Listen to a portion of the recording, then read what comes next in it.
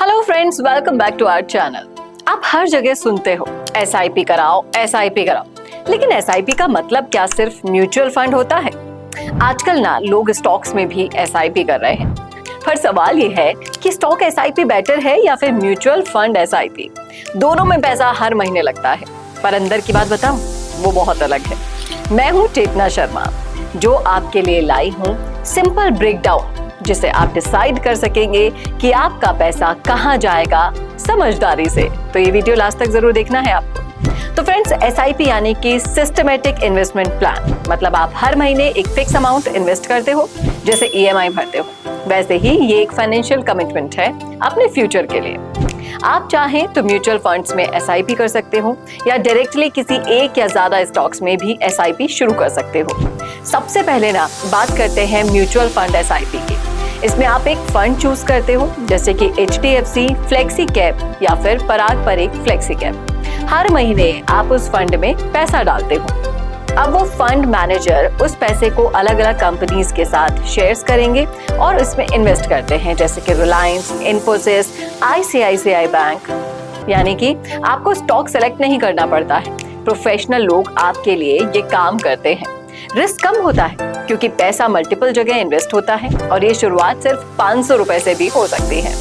अब बात करते हैं स्टॉक एसआईपी की। इसमें आप डिसाइड करते हो कि आप हर महीने किस कंपनी का शेयर खरीदोगे, जैसे कि टीसीएस, इन्फोसिस या फिर एचडीएफसी बैंक। हर महीने आप एक फिक्स अमाउंट उसी कंपनी के साथ शेयर में लगाते हो और ये काफी कंट्रोल देता है दोस्तों, लेकिन साथ ही रिस्पॉन्सिबिलिटी भी होती है। अगर आपने गलत स्टॉक चुन लिया ना, तो पूरा पैसा डूब सकता है।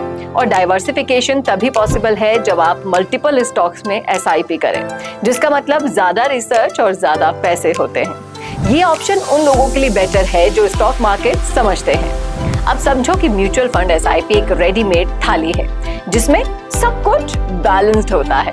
आप पैसा देते हो और फंड मैनेजर आपके लिए काम करता है। स्टॉक एसआईपी एक अला कार्टे मेन्यू की तरह होती है। आपको डिसाइड करना होता है कि क्या खाना है, कितना लेना है और कब लेना है।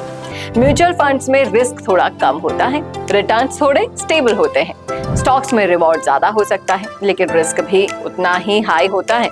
म्यूचुअल फंड्स बिगिनर्स के लिए बिल्कुल परफेक्ट है और स्टॉक एसआईपी उनके लिए सही है जिनको मार्केट का अच्छा एक्सपीरियंस होता है या सीखना है विद फोकस। अब मान लीजिए 2010 से अपने इन्फोसिस में आपने एसआईपी किया हुआ है, तो आज आपका पैसा बहुत बड़ा हो सकता था। लेकिन अगर आपने वही पैसा किसी गलत कंपनी जैसे कि आरकॉम और या फिर सुजैन में लगा दिया हो, तो कैपिटल भी नहीं बचता।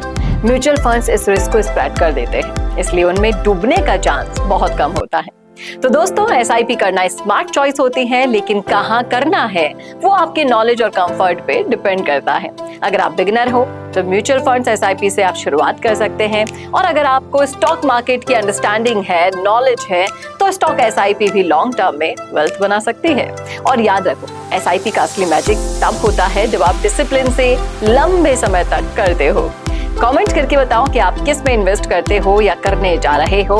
इस वीडियो से आपको क्या क्या क्लियर हुआ है, जल्दी से बता दीजिएगा। लाइक करो, सब्सक्राइब करो और शेयर करो अपने दोस्तों के साथ जो एसआईपी शुरू करने का सोच रहे हैं। और ऐसे ही वीडियोस के लिए स्टे ट्यून्ड विद अस।